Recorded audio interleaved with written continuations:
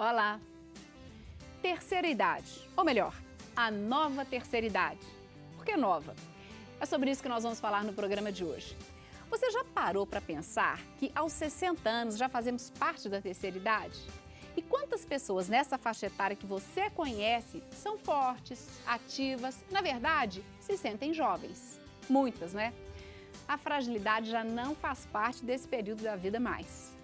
Então, precisamos aprender a nos preparar para envelhecer e chegar à terceira idade, outras, seguir em frente com disposição e energia. Pois bem, falaremos sobre isso, a importância de cuidar bem de si e viver plenamente cada etapa da nossa vida. Você vai ver casos de sucesso na manutenção do corpo e da mente saudáveis.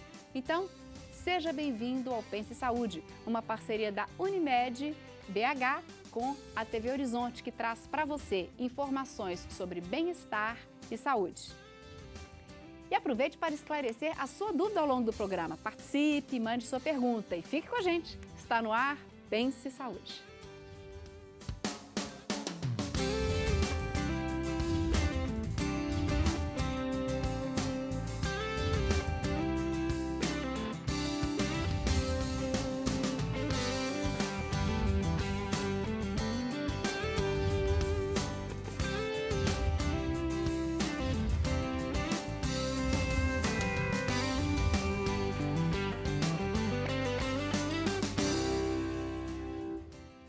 Participam do debate de hoje sobre a nova terceira idade o geriatra Dr. Estevão Alves Vale e o ortopedista Dr. Marco Antônio Castro Veado, ambos médicos cooperados da Unimed BH. E como eu falei na abertura, queremos incluir a sua dúvida, seu comentário, sua pergunta ou até mesmo o seu depoimento nesse debate. Participe com a gente pelo telefone 3209-0119 ou pelo e-mail saude@tvhorizonte.com.br. A medicina tem evoluído muito e isso colabora também com o crescimento da expectativa de vida da população.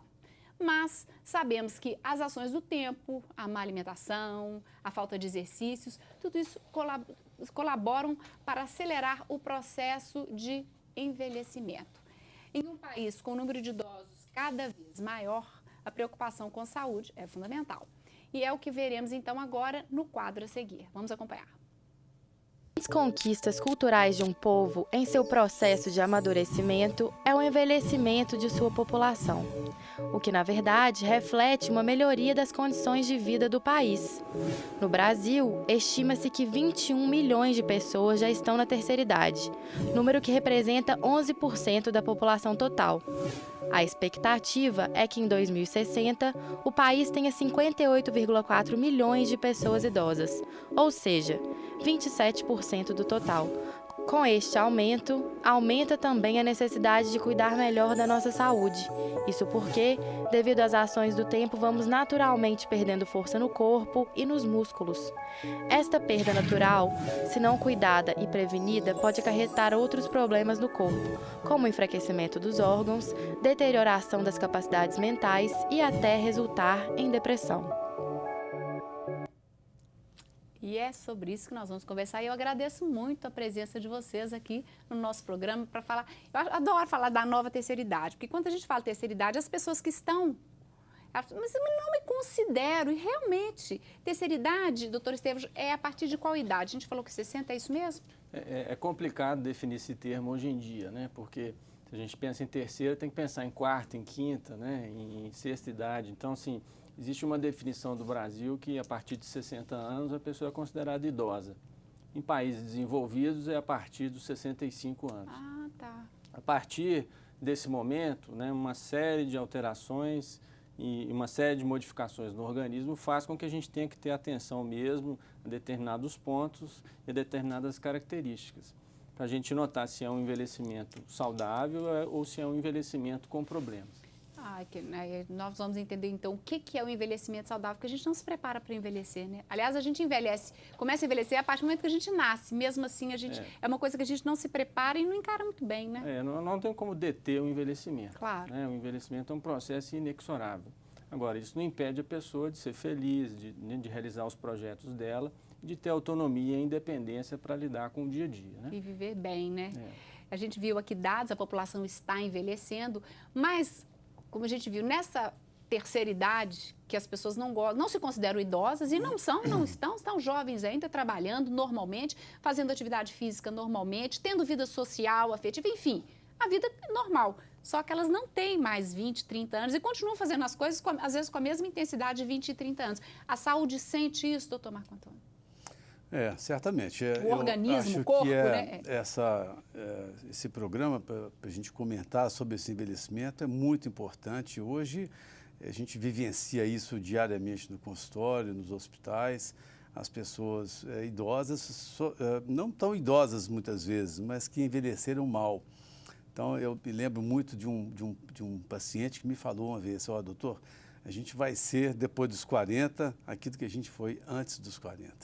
E eu venho pensando muito nisso porque é o seguinte, se você levou uma vida alimentando mal, fumando, bebendo muito, dormindo mal, sem a prática do exercício, do esporte, você vai ter um envelhecimento pior. Então, esse cuidado que a gente tem que ter começa lá para trás. Essa aqui é a tônica do negócio. Que eu acho bacana, exatamente isso que eu vou querer conversar. Envelhecer, qual que é a diferença entre envelhecer mal e envelhecer bem?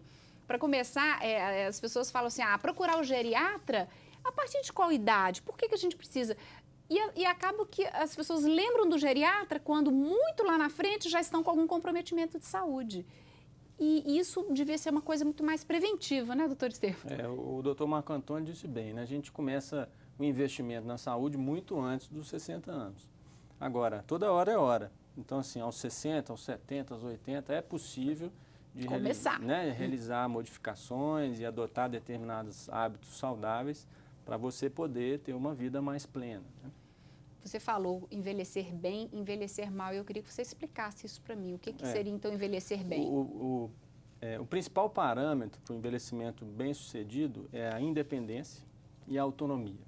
Independência é você fazer as coisas que você quer realizar e fazer por si próprio. E autonomia é poder realizar as próprias escolhas, né? Então, esse é o principal parâmetro de um envelhecimento bem-sucedido. Envelhecimento bem-sucedido não significa sem doenças, a ausência de doenças. Você pode ter doenças, mas você vai tratá-las, você vai cuidar. Controlá-las de alguma forma. Para que ela não afete a sua saúde, né? Então, envelhecer bem significa poder ser independente e autônomo. E aí, quando a gente pensa em independência e autonomia, a gente pensa em todas as questões, não apenas financeiras, mas todas as questões. Todas as esferas, mentais, física, mental, né, emocional, financeira. Tá certo. Claro, a gente está falando aqui, ok, estamos envelhecendo com saúde, estamos vivendo mais, ou com a mesma vitalidade, ou até com a mesma demanda de trabalho, com a mesma demanda do dia a dia, mas sem ter os 30, 20. Como a gente falou, doutor Marco Antônio, o corpo cobra isso. E existem perdas naturais nessa idade, ou a partir de uma certa idade. Que perdas são essas? De que maneira a gente deve tentar compensar para manter-se bem, manter-se disposto? De um modo geral, o organismo ele tem a sua maturação plena, em termos de neuromuscular, por exemplo, entre 20 e 30 anos. É a hora que você está mais forte, com musculatura boa e etc.